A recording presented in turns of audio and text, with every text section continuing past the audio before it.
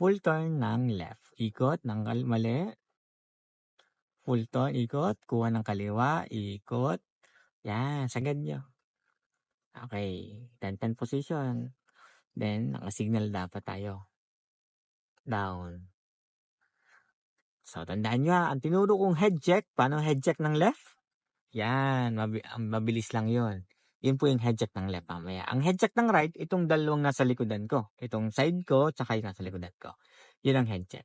Once na nag-slant yung sasakyan. Okay, wala ba sa likod? Tingin side mirror. Side mirror muna.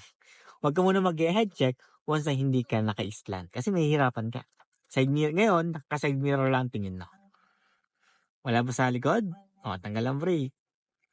Okay, wag magagas. Tingin niyo sa unahan. O, head check na. Yan, head check din dito sa right. Wala. Tuloy-tuloy lang ha. Ikot. Tanggal ang brake. Then, balik na natin. 1. Isa pa. Okay. Then, saka ka magagas. Ganun lang ang U-turn. Huwag mong titigan.